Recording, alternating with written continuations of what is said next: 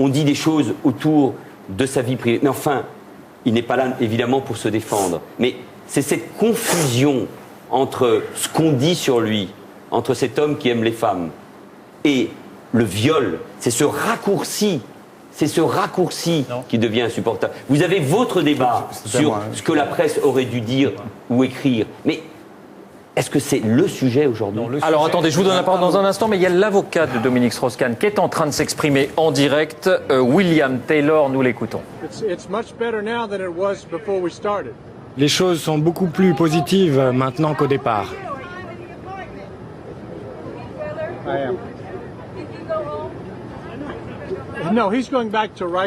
Il retourne à la prison de Rikers ce soir et nous espérons sa libération demain, mais nous ne savons pas exactement quand et où. À Rikers, et nous espérons qu'il quittera la prison de Rikers demain. Oui, nous sommes très soulagés et ravis. Et nous allons pouvoir nous concentrer sur d'autres aspects de ce cas. Merci. Cette brève déclaration de William Taylor qui confirme donc que Dominique Strauss-Kahn passera bien une 4e nuit dans cette prison de Rikers Island avant de retrouver la liberté, mais seulement demain. Apparemment, les formalités sont longues, le bracelet, la caution, tout cela prend du temps. Dominique Volton, pardon, Laurent Geoffrin, je vous avais promis, c'est vrai, de vous donner la parole. Alors, allez-y. Puisqu'on a commencé le débat, il faut le finir. La presse doit-elle entrer dans la vie privée ? Comme je vous l'ai dit, il y a une loi qui nous interdit de le faire en principe. Est-ce qu'il faut abolir cette loi ? Je ne le crois pas. Et la presse anglo-saxonne, qui nous donne toujours des leçons, qu'on est toujours heureux de recevoir... Souvent, on lui en donne aussi. Parfois, juste titre. Laissez-moi terminer. Non, on n'est pas toujours si géniaux. Laissez-moi terminer. La presse anglo-saxonne va chercher dans la vie privée des hommes politiques de quoi les contredire leur discours public. Ça aboutit quand même... par exemple, à une procédure d'impeachment, enfin quasiment, pour un président qui avait eu le malheur d'avoir une liaison avec sa stagiaire. Non. Attendez, laissez-moi terminer, je n'ai pas fini. C'est sur le mensonge qu'on l'a ensuite accusé. Une procédure c'est sur le mensonge, c'est le parjure. Oui, alors d'accord, et sur le mensonge. Est-ce que vous ne croyez pas sur le mensonge à propos d'une liaison avec une stagiaire. Est-ce que vous ne croyez pas qu'à propos de la guerre d'Irak, il n'y a pas eu une sorte de mensonge ? Ah oui, et toute la presse américaine est tombée dedans. Et toute la presse américaine a gobé le mensonge, a soutenu la guerre d'Irak. Et là, c'était pas une fellation avec une stagiaire, c'était des dizaines de milliers de morts. Non, mais d'accord, attendez, là, vous partez sur autre chose. Alors, Yvan Rioufol, puis Dominique Volton. Parce que pour compléter ce débat-là, naturellement, on ne réglera pas ces problèmes avec le voyeurisme ou le puritanisme qu'on va laisser aux anglo-saxons, on en est bien d'accord. Mais ce qui pose quand même le problème général que vous ne sembliez pas voir, il crève les yeux pourtant, c'est l'exemplarité des hommes politiques qui est aujourd'hui posée comme une exigence de la part de l'opinion qui rejette aujourd'hui le double discours et qui demande à ce que les hommes politiques soient en cohérence entre leurs actes et leurs actions. Et c'est ce problème-là qui est posé à travers Dominique Strauss-Kahn et ses actes supposés, mais qui est posé également à travers la gauche morale, cette gauche morale donneuse de leçons, qui donnait des leçons à la terre entière, et notamment à Nicolas Sarkozy pour ses problèmes d'argent, ou à Berlusconi pour ses problèmes de sexe, et qui se retrouve représenté par un homme qui cumule précisément ces deux problèmes, et de fric et de fesses. Et bien voilà, c'est ça Berlusconi est malheureuse. Pardon ? L'association de Sarkozy et Berlusconi est malheureuse. Non, elle n'est pas malheureuse, parce que c'était les deux axes de la gauche. Vous justifiez cela par les comportements d'autres responsables politiques de droite, Nicolas Sarkozy, président de la République. Ce que je dis là vaut pour la gauche et pour la droite. Et Silvio Berlusconi. Mais enfin, écoutez, je vois bien la thèse qui consiste à disculper sur un tout autre terrain, sur lequel je ne veux pas rentrer, Nicolas Sarkozy, pour son action politique. Vous ne m'avez pas compris. Mais j'ai très bien compris. Et j'ai très bien compris la thèse. Non, mais je ne rentrerai pas dans ce jeu. Et croyez-moi, l'affaire du comportement est très importante entre les actes. C'est pas le nom de l'émission, de votre future émission, David Pujadas. Des paroles et des actes. Merci de me faire un peu de publicité. Où j'aurais pu dire le parler vrai pour résumer les choses, bien évidemment. Mais en mettant de côté ce qui est de l'ordre de la vie privée, parce que si vous rentrez dans ce débat, sur la question de l'exemplarité, il y a un mélange, encore une fois, moi, qui me choque, entre un viol qui est un acte odieux et le comportement dans la vie privée de chacun. Oui, mais Dominique Volton, je crois qu'il y a une exigence nouvelle de la part de l'opinion qui attend des comportements Dominique publics, Volton, c'est le exemplaires. chercheur qui s'exprime. Non, c'est pas ça, mais ici c'est la guerre, donc par conséquent, il faut essayer de répondre. Alors, sur la question que vous avez posée, je voudrais souligner une contradiction qui est la suivante. La démocratie de masse, c'est personnalisation évidente, beaucoup de médias, donc on observe les individus, les couples, les candidats, et comme vous avez dit, très souvent, pour satisfaire un besoin de personnalisation, les candidats politiques dans tous les pays démocratiques arrivent avec leurs gosses ou leurs femmes. Et donc on dit finalement c'est normal, c'est une des conditions de la personnification, de l'identification. Donc on considère que c'est plutôt un progrès qu'on passe de la vie publique à la vie privée. Ce faisant, tous les hommes et toutes les femmes ont des vies privées évidemment compliquées. Et la question est de savoir à partir de quel moment est-ce que ça donne le droit à des journalistes ou à des écrivains de passer les demi-vérités et les demi-mensonges que chacun gère dans sa vie pour dire, ben oui, parce que c'est quand même un problème pour chacun d'entre nous. Donc par conséquent, attention aux justiciers. Et en même temps, on est dans une logique absolument difficile à gérer. C'est normal qu'au titre, on élit des individus, donc on essaie de voir leur parcours familial, leurs amis, etc. Évidemment, la vie est compliquée pour chacun d'entre nous. Donc ça dérape. Donc la question est de savoir, à partir de quand est-ce que la presse, parce qu'il y a des dérapages, doit se transformer en justicier pour expliquer ses contradictions, à partir de quel moment elle doit laisser flotter, et à partir de quel moment il y a un vrai problème. Mais je veux dire, c'est pas seulement les rapports entre la presse et les hommes politiques, là. C'est les problèmes entre le modèle politique, la démocratisation, qui est quand même un progrès de voir l'homme dans ses qualités et ses défauts, l'immense concurrence des médias entre eux, dont on n'a pas du tout parlé ici, non seulement les médias presse écrite, radio, télévision, mais aujourd'hui, l'immense concurrence que crée Internet. Donc vous avez la politique, les médias, les justiciers qui se baladent partout, l'ambivalence qu'on a toujours sur la vie privée, où on ne sait pas si c'est un regard de citoyen que les gens ont, ou si c'est un regard de voyeur et un peu pervers. Donc pour arriver à faire la part des choses là-dedans, moi, j'ai envie de dire, allons-y très doucement et avec beaucoup de modestie mutuelle, parce qu'un, personne n'est à l'abri des contradictions, et deuxièmement, in fine, ça risque de porter plus d'inconvénients à la démocratie ouverte et médiatisée que l'inverse. J'ajoute que la solution inverse n'est pas de rentrer dans du puritanisme. C'est un progrès plutôt qu'en Europe on soit plus ouvert là-dessus qu'aux États-Unis. Mais il faut arriver à gérer cette contradiction et arrêter de penser que si on peut coincer un homme politique ou une femme dans ses contradictions de sa vie privée, alors il faut absolument le dire au nom de la vérité. Vous savez, il n'y a rien de pire que l'idéologie de la transparence. Il n'y a rien de pire que l'idéologie des justiciers.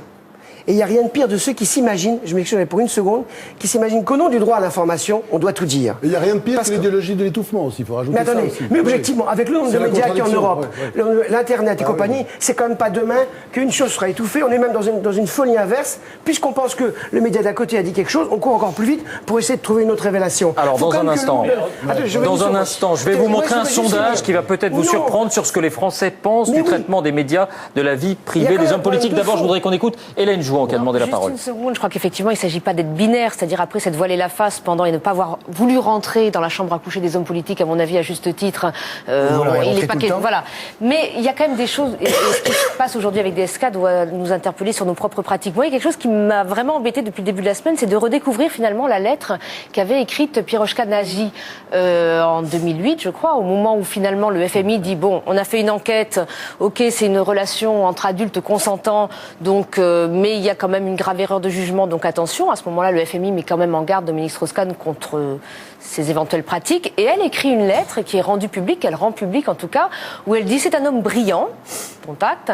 C'est aussi quelqu'un de très agressif et dont je crains, alors j'ai pas les paroles exactes, mais dont je crains qu'il n'ait pas tout à fait les qualités pour finalement travailler dans ses fonctions avec des femmes.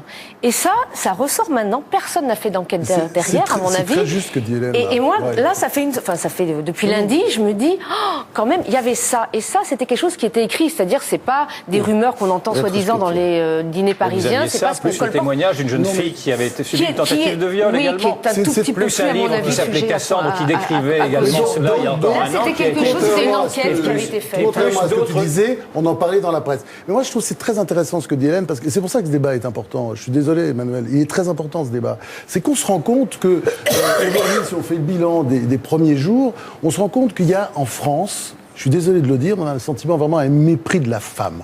Moi, ce qui me frappe, c'est quand même, il y a un crime sexuel. Ah non, mais alors il fait, oui, faut pas faire la moue. Non, c'est pas ça. Je dis que c'est plus compliqué que ça.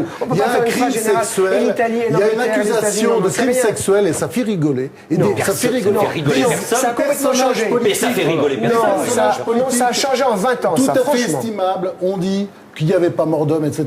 C'est-à-dire qu'il y a c'était une connerie, il fallait pas le dire. Non, mais enfin, c'est parce que... Il y a en France, je trouve que là-dessus, on est très en retard par rapport à la plupart des grandes démocraties occidentales, États-Unis, Grande-Bretagne, Allemagne. Comme ça. Bon, on les voit au niveau de la représentation. Beaucoup de données, on le voit au niveau d'un fait comme ça, c'est-à-dire qu'on parle de puritanisme, alors qu'il s'agit juste d'un problème d'égalité. Mais les pays puritains sont encore plus tordus que nous. Un rapport consenti. Les pays puritains sont encore plus tordus que nous dans le comportement. Quand on nous accuse, par exemple, de ne pas avoir dit la réalité et la vérité sur Dominique Strauss-Kahn, parce qu'évidemment, il s'agissait de rapports consenti, c'est l'impression qu'on avait. À partir du moment où il y a un délit, les choses changent. Et le délit, parce que c'est une femme, il n'y a pas eu. Mais ça n'avait pas l'air de frapper les esprits. Manuel Valls. Les socialistes se sont réveillés encore une fois. Manuel Valls, laissez-le parler. C'est un problème. Allez, écoutez, nous étions. La femme de chambre, je suis désolé, était oubliée. Mais vous en avez parlé, vous Ah oui, heureusement, vous êtes formidable, vous avez tout compris. C'est un fait, les socialistes n'en ont pas parlé pendant 2 jours. On l'a dit. Très bien. On a commis des On va pas refaire le débat. Spécialiste de la présomption d'innocence. Vous êtes un grand spécialiste de la présomption d'innocence, Laurent Geoffrin. Allez-y, Manuel Valls. Mais on va. Allez-y, Manuel Valls. Puis je voudrais vous montrer ce sondage. Je veux dire tout simplement qu'il y a encore une fois une confusion. Comment dire qu'il y aurait un mépris par rapport aux femmes qui subissent cette violence, qui est encore une fois des personnages qui se trompent ou des plaisanteries graveleuses, et c'est évidemment insupportable. Mais il y a évidemment bien d'autres phénomènes. L'une des choses qui me préoccupe le plus dans la société, c'est que les violences faites aux femmes ne cessent d'augmenter, que quand il y a des violences intrafamiliales, ou quand il y a des viols, pour porter plainte, c'est difficile, parce que celui ou celle qui a subi le viol est malheureusement plus souvent celle. Mais les homosexuels aussi subissent la violence dans les quartiers, ne portent pas plainte, il y a une forme de honte. Donc ça, c'est des réalités que notre société connaît bien évidemment. Mais encore une fois, ces réalités-là, portées à un débat qui concerne Dominique Strauss-Kahn, je trouve qu'il y a des raccourcis. Il y a des amalgames. Et ces amalgames, c'est tout simplement ce que je veux dire. Mais nous, on est là pour parler des choses, pour parler des faits. Oui, mais parce que vous êtes à la tête de grands journaux, je ne vous donne aucune leçon. Mais parlons-en aussi avec quand même un peu de raison. Alors, d'une manière générale, en matière de respect de la vie privée des hommes politiques, les médias français sont-ils, selon vous, trop respectueux de la vie privée des hommes politiques, 13%.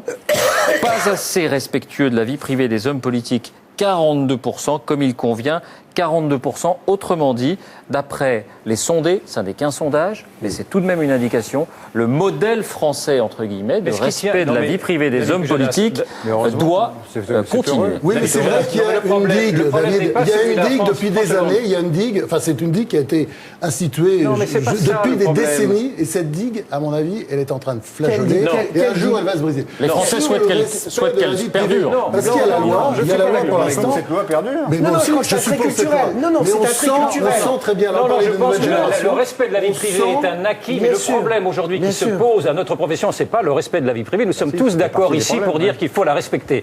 Le problème qui se pose aujourd'hui à notre profession, c'est le manque de curiosité et effectivement l'autocensure sur certains sujets de société. Quand vous avez une poignée de journalistes qui décrit des faits dérangeants, le journal de M. Geoffrin fait la liste de ces néo-réacs qui sont soi-disant des gens qui mettent en péril la République, et c'est ce même journal qui ensuite va nous dire qu'il ne se passe rien, qu'on ne peut rien dire sur la personnalité. C'est un autre débat. On va s'arrêter là, si vous le voulez bien.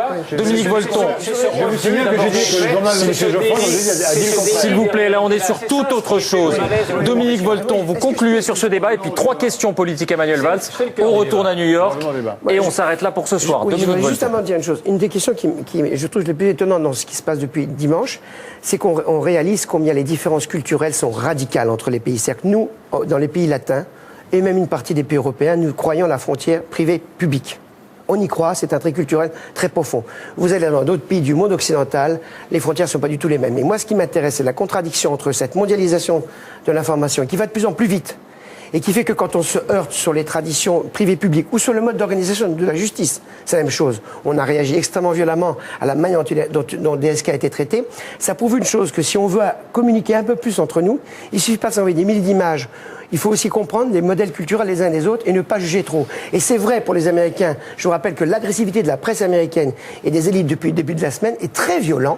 Très violent. On retrouve exactement ce qui s'était passé au moment de la guerre d'Irak. Et donc, par conséquent, au lieu de dire on a raison, on a tort, on devrait au moins, on peut toujours balayer devant sa porte, mais se dire, bon Dieu, les hommes et les femmes ne pensent pas de la même manière. Les modèles culturels. François-Olivier Gisbert. Le modèle culturel, c'est-à-dire. On va s'arrêter là. Juste finir ma phrase. Finissez. Dominique Volton, finit sa phrase.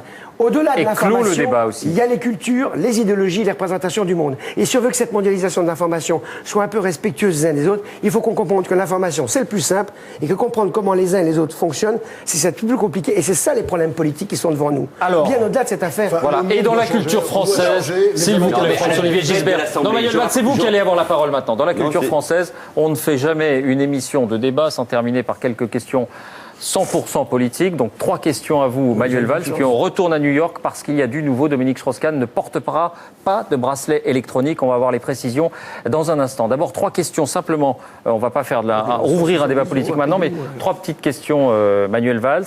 Est-ce qu'il n'est pas déraisonnable de penser encore que Dominique Strauss-Kahn reste un homme politique qui peut encore poursuivre son engagement en France? Lui-même, dans sa lettre aujourd'hui, avait l'air de tirer un trait quand il dit « Toutes mes forces sont concentrées sur ma famille, sur ma femme et sur ma défense ».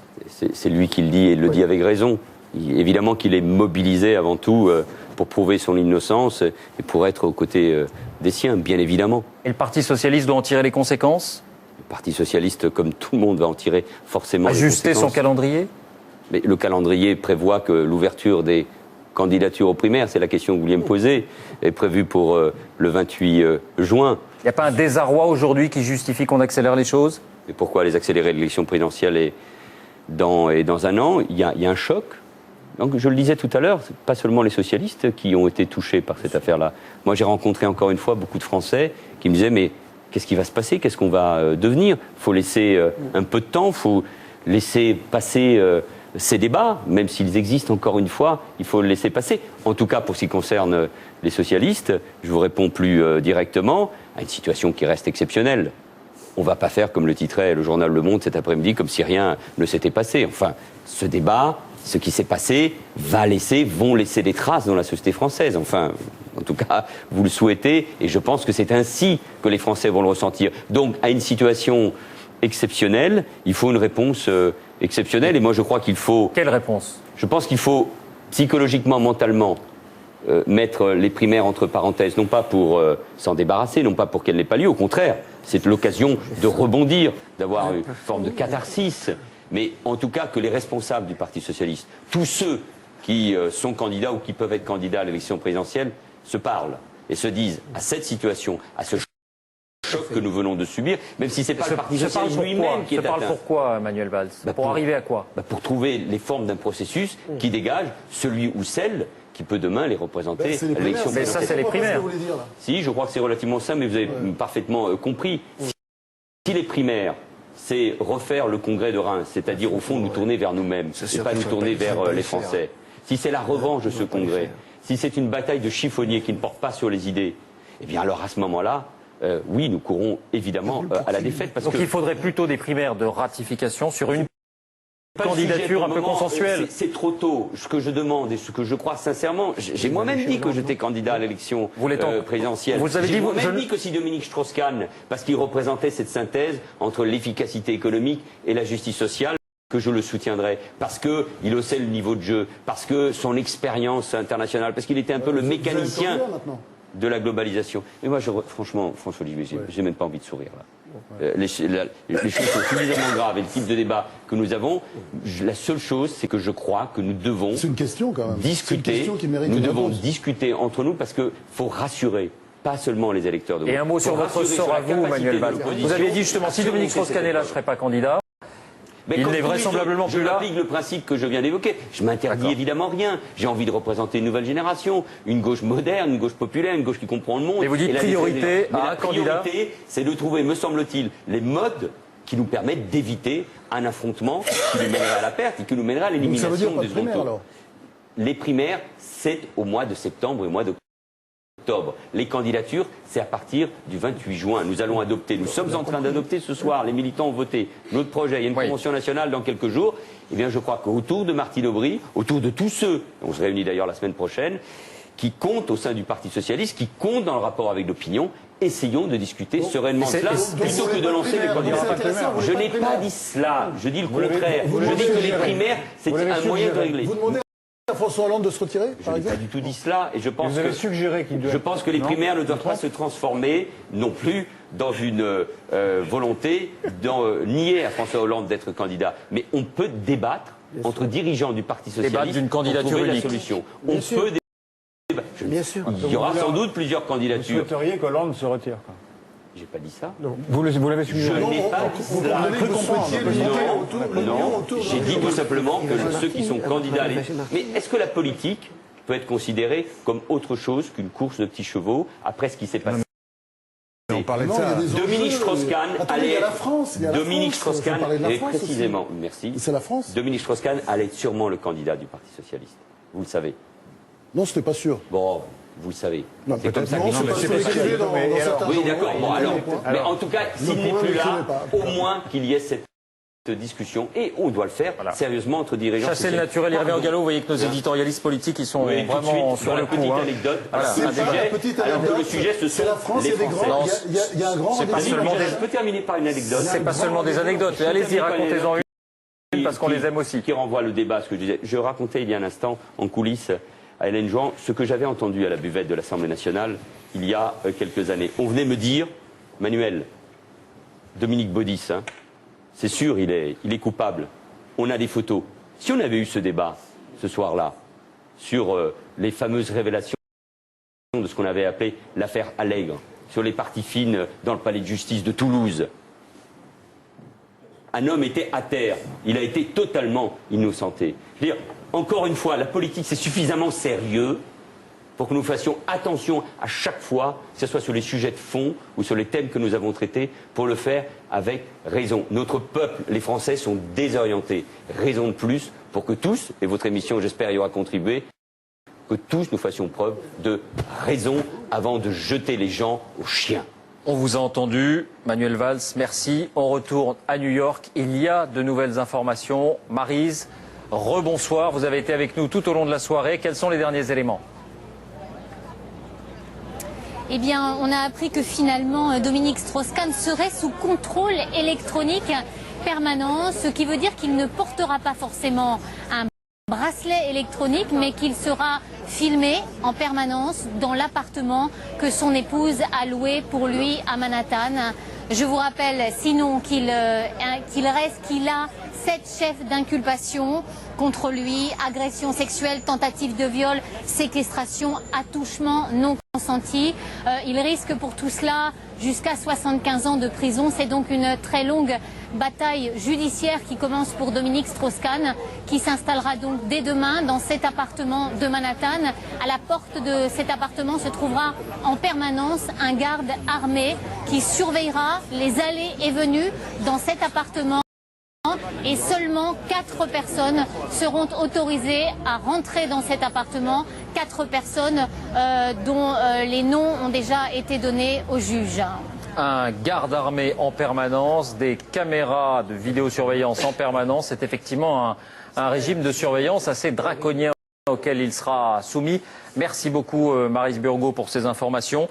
Cette émission est en train de s'achever. Je vous rappelle donc les 2 principales informations. Vous les avez vécues avec nous en direct. Premièrement, Dominique Strauss-Kahn retrouve la liberté, mais avec un contrôle judiciaire et une assignation à résidence très sévère. On vient d'en évoquer les détails. Deuxièmement, Dominique Strauss-Kahn, alors que la décision n'était attendue que demain, voit ses 7 chefs d'inculpation confirmés dès ce soir par le jury populaire. Voilà. Merci d'avoir vécu cette soirée avec nous. Merci à vous tous d'y avoir participé à ce débat qui a été parfois vif, mais souvent instructif.